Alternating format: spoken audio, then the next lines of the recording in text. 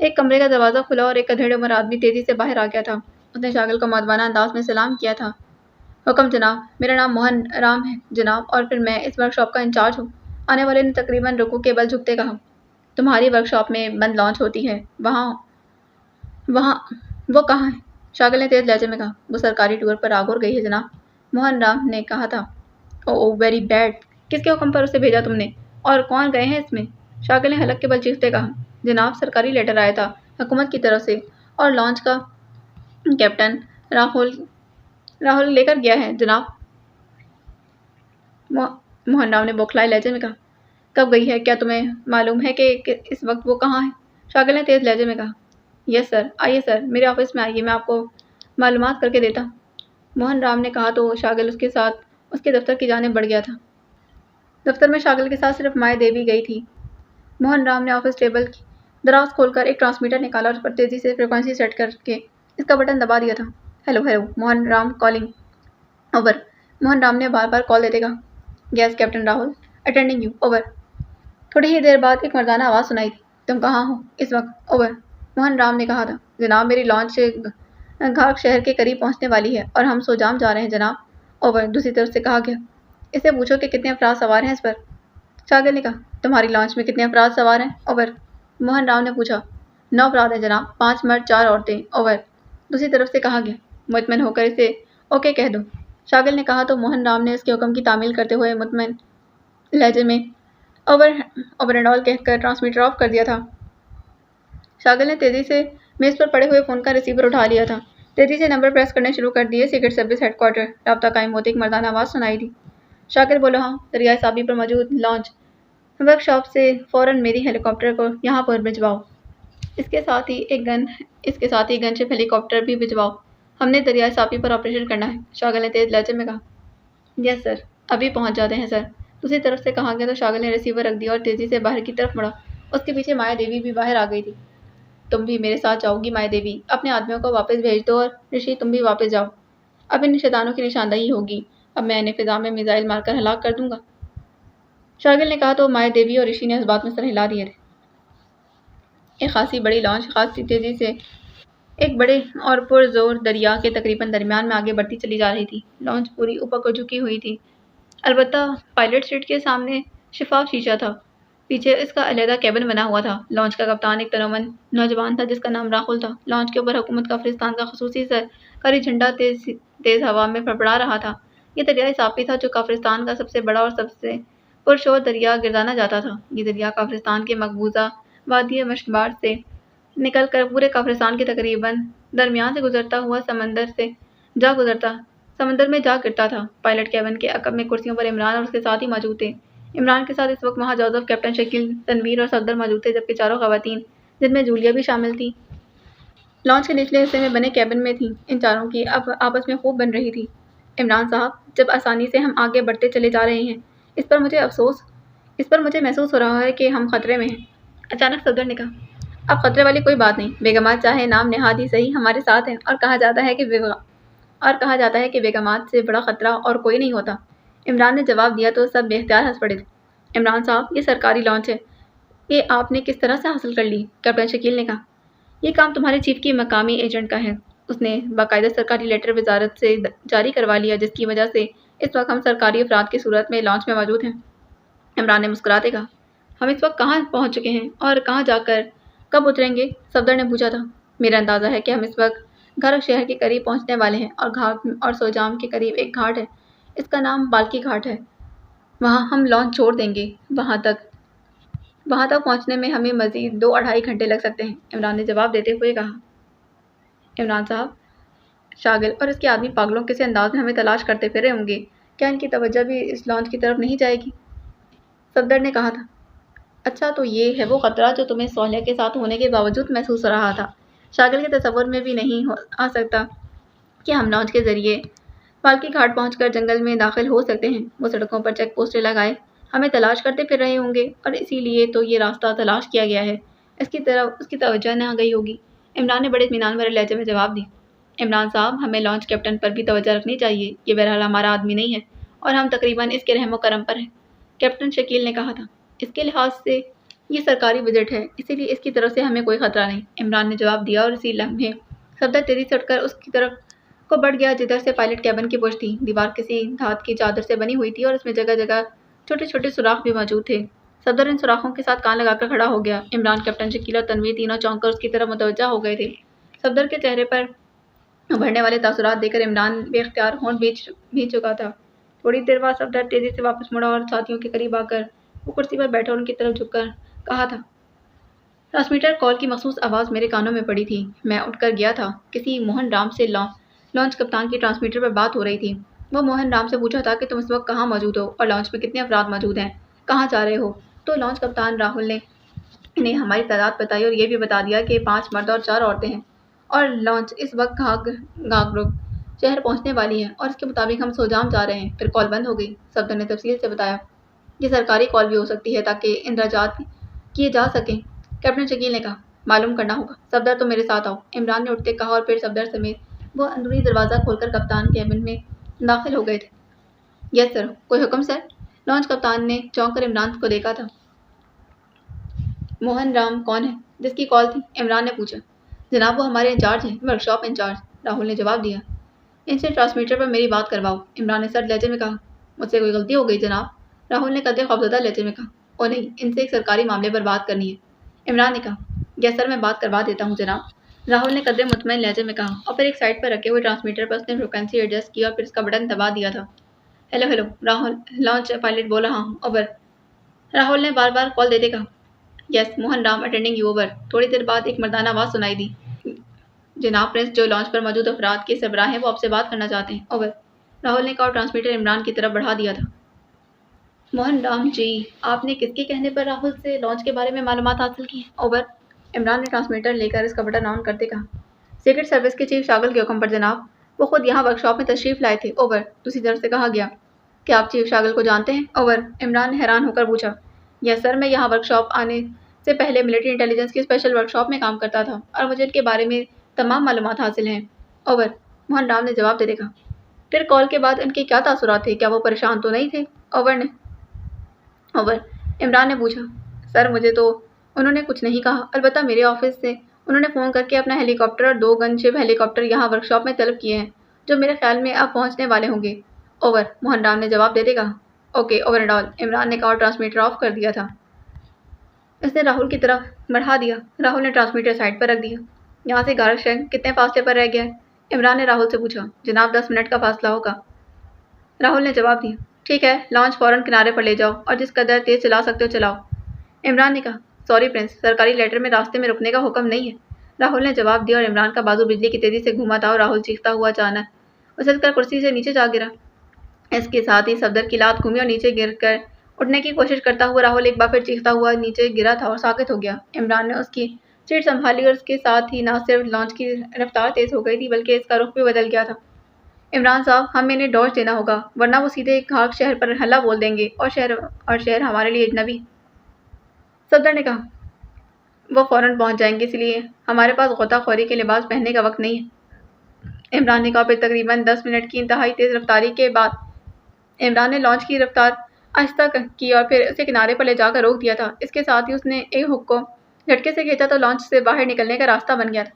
چلو جلدی کنارے پر، میں آ رہا ہوں، جلدی کرو، عمران نے کہا تو اس کے ساتھ ہی تیزی سے واپس مڑ گئے تھے۔ عمران نے ایک سائڈ پر پڑے ہوئے بڑے سے لنگر اور اس میں موجود رسی کو کھینچا تھا، پھر اس نے رسی کو کرسی کے ساتھ ایک خاص انداز میں باندھنا شروع کر دیا۔ چند لمحوں بعد جب وہ رسی باندھ چکا تو پھر وہ کرسی سے اٹھا تھا اور پھر اس نے بھاری لنگر کو کھینچا تو کرسی کی وجہ سے اس کے ساتھ منسلک رسی میں کھچاؤ پیدا ہو گیا اور کھچاؤ پیدا ہوتے ہی لانچ کو ہلکا سا جھٹکا لگا تھا۔ اس کی نہ صرف رفتار بڑھ گئی تھی بلکہ اس کا رخ بھی بدل گیا تھا۔ عمران نے لنگر کو مزید کھینچا تو رخ مزید بدل گیا تھا اور رفتار بھی مزید تیز ہو گئی۔ عمران اب اسی طرح لنگر کو کھینچتے ہوئے کھڑا تھا۔ لانچ اب تیزی سے آگے بڑھتی جا رہی تھی بلکہ اس کی رفتار بھی خاصی تیز ہو گئی تھی اور پھر 10 منٹ بعد عمران نے لنگر کو تھوڑا سا پیچھے کیا تو رخ ایک بار پھر بدل گیا تھا۔ اس کے ساتھ ہی لانچ کی رفتار بھی قدرے مناسب ہو گئی۔ چند لمحوں بعد جب لانچ کا رخ سیدھا ہوا تو رفتار بھی نارمل ہو گئی۔ عمران نے ایک ہک سے بندھی ہوئی رسی کو ایک اور بل دیا اور پھر اس کے ساتھ ہی وہ تیزی سے مڑا اور دوڑتا ہوا دروازے کی طرف بڑھ گیا تھا جہاں سے لانچ سے باہر نکلا جا سکتا تھا۔ یہ دروازہ اس نے اپنے ساتھیوں کے باہر جانے کے لیے کھولا تھا اور پھر بند نہ کیا تھا۔ چند لمحوں بعد اس نے دروازے کے باہر لمبی چھلانگ لگائی اور پھر کسی مچھلی کی طرح پانی کے اندر تیرتا چلا گیا تھا، جبکہ لانچ اسی رفتار سے دوڑتی ہوئی آگے بڑھ رہی تھی۔ عمران کے جسم پر عام سا لباس تھا، اس کے باوجود وہ کسی مچھلی کی طرح تیزی سے پانی کے اندر تیر رہا تھا۔ تھوڑی دیر بعد اس کا رخ اوپر کی طرف ہوا تھا اور پھر اس نے سر پانی سے باہر نکال کر زور کا سانس لیا۔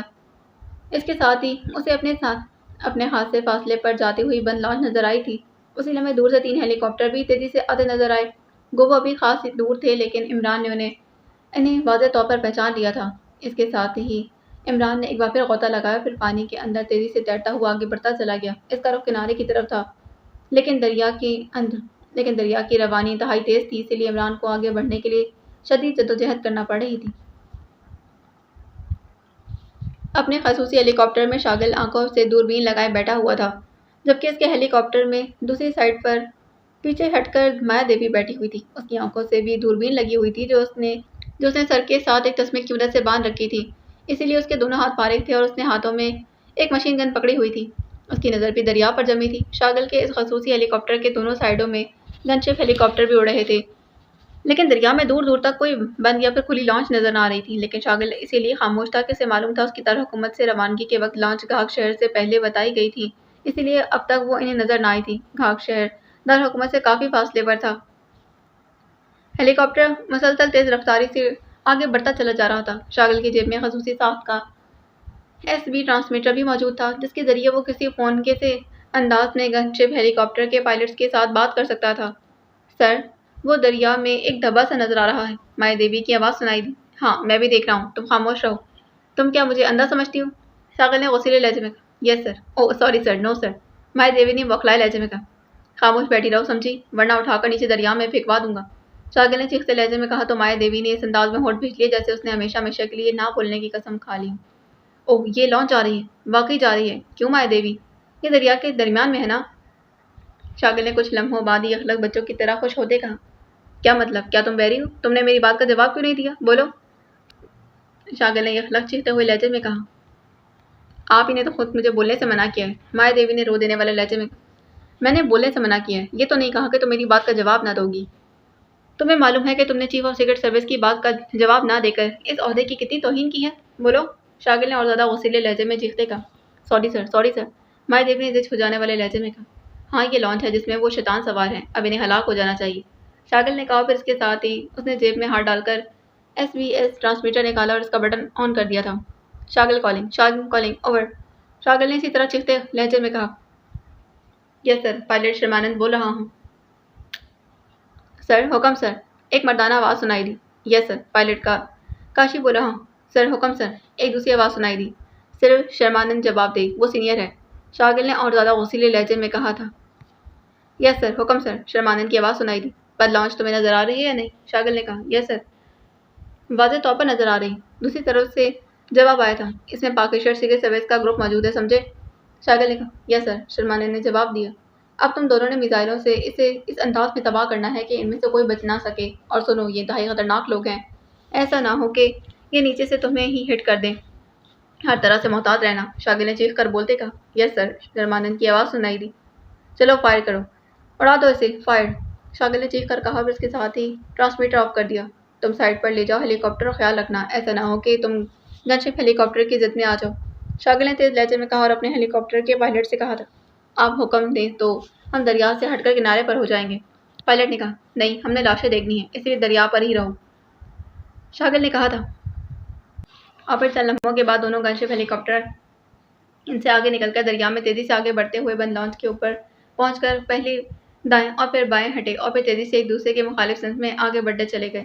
اس کے ساتھ ہی دونوں گن شپ ہیلی کاپٹروں نے بند لانچ پر جیسے میزائلوں کی بارش سی کر دی، اور خوفناک دھماکوں سے بند لانچ کے لاکھوں ٹکڑے فضا میں بکھر گئے تھے، پورے دریا میں گرے اور پھر پھیلتے چلے گئے۔ اس کے ساتھ ہی دونوں گن شپ ہیلی کاپٹر ایک بار پھر ایک دوسرے کی مخالف سمت میں بڑھے تھے، اور پھر جیسے ہی دونوں نے ایک دوسرے کو کراس کیا تھا، دریا میں گولیوں کی جیسے بارش سی ہو گئی تھی۔ دونوں گن شپ ہیلی کاپٹر اب ایک سرکل میں گھوم کر مسلسل دریا میں مشین گنوں سے فائرنگ کرتے ہوئے دائرے کو کلوز کرتے جا رہے تھے۔ پھر دونوں اوپر کو اڑ کر واپس پلٹنے لگے۔ اس کے ساتھ ہی ٹرانسمیٹر کی سیٹی کی آواز سنائی دی تو شاغل نے جلدی سے ٹرانسمیٹر نکال کر اس کا بٹن آن کر دیا تھا۔ شرمانند، پائلٹ بول رہا ہوں سر، حکم کی تعمیل کر دی گئی تھی۔